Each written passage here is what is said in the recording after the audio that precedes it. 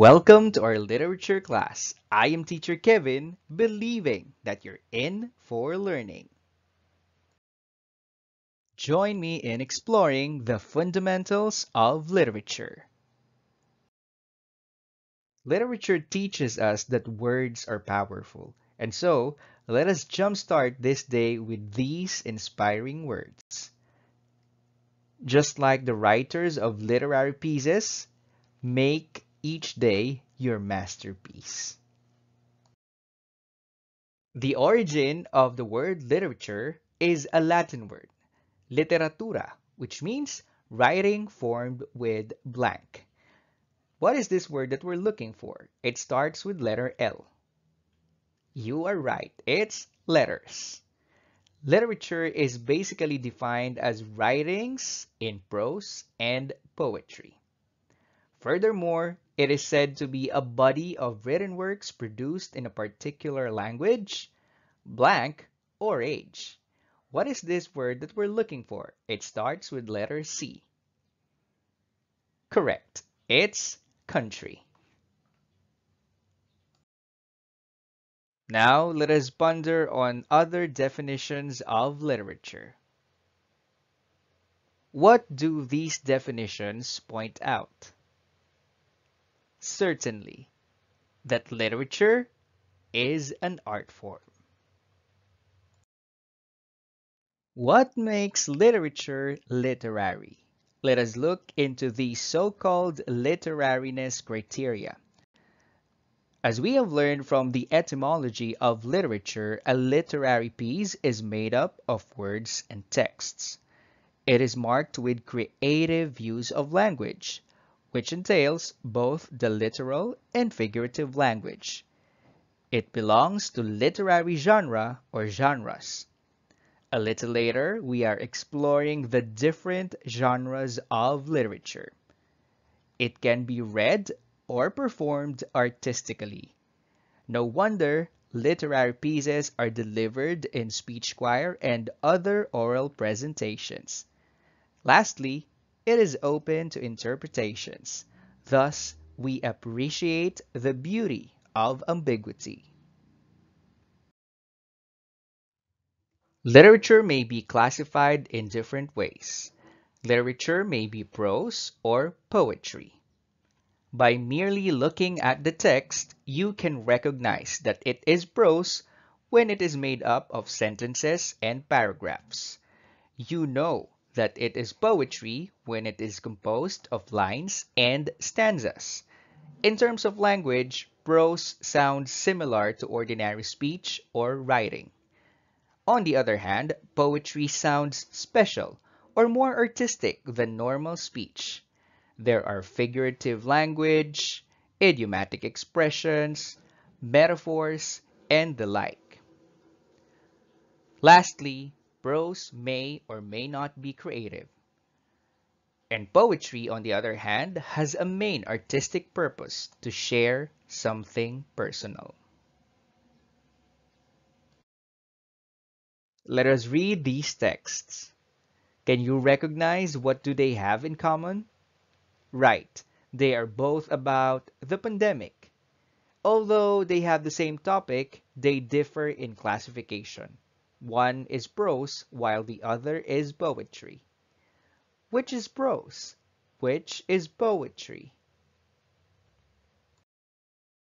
Fantastic! The blue-colored text is prose, while the red-colored text is poetry.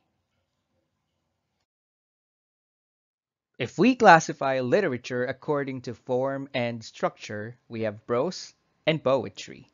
If we classify literature based on content, we have fiction and nonfiction. Can you differentiate the two? You got it right. Fiction is greatly inspired by the writer's imagination. On the other hand, the framework of nonfiction are accounts on real people and true events.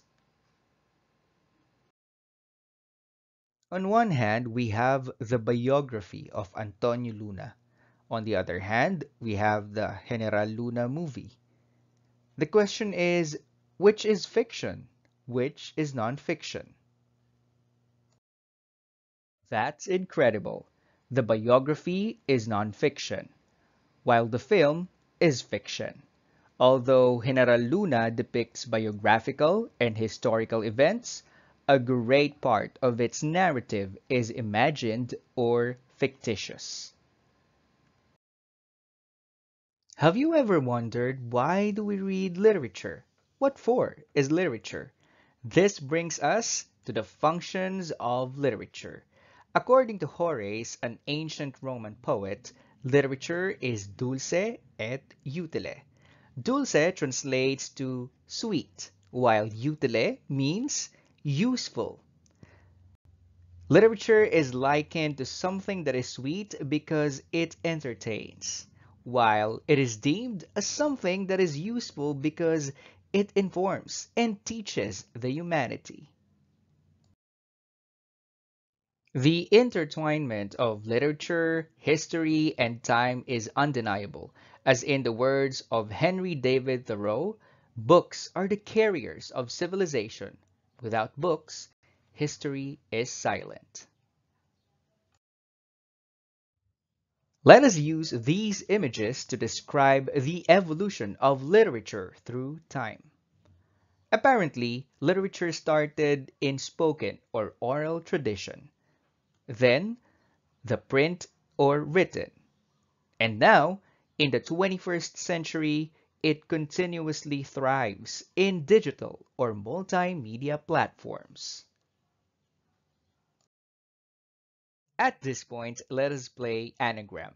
To play this game, you only need to rearrange the letters of the words to form the correct term. Do you want a clue? Well, the clue is these words pertain to the classic genres of literature.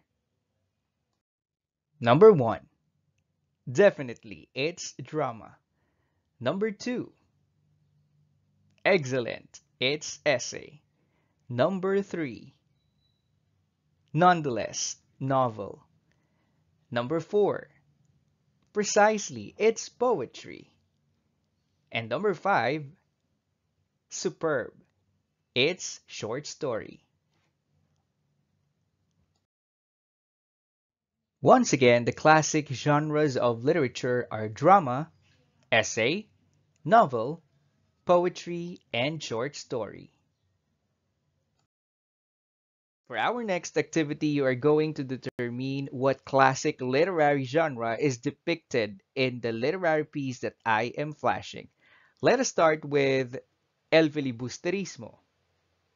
Correct. This is novel. Where's the patis? Absolutely. This is essay. How My Brother Leon Brought Home a Wife. Fantastic. This is short story. How about a haiku? Perfect. This is poetry. And Rack of Ages. Great. This is drama. In the 21st century, there are emerging genres of literature. And in the Philippines, here are some of them. Creative nonfiction, hyperpoetry, mobile phone textula, chick lit, speculative fiction, flash fiction, blog, graphic novel. Based on our discussion and activities, in your own words, how would you define literature? As we conclude, I challenge you to complete this statement. I have discovered that literature is... This has been Teacher Kevin, believing that you're in for learning. Always put in heart and mind that reading literature is lit. God bless everyone.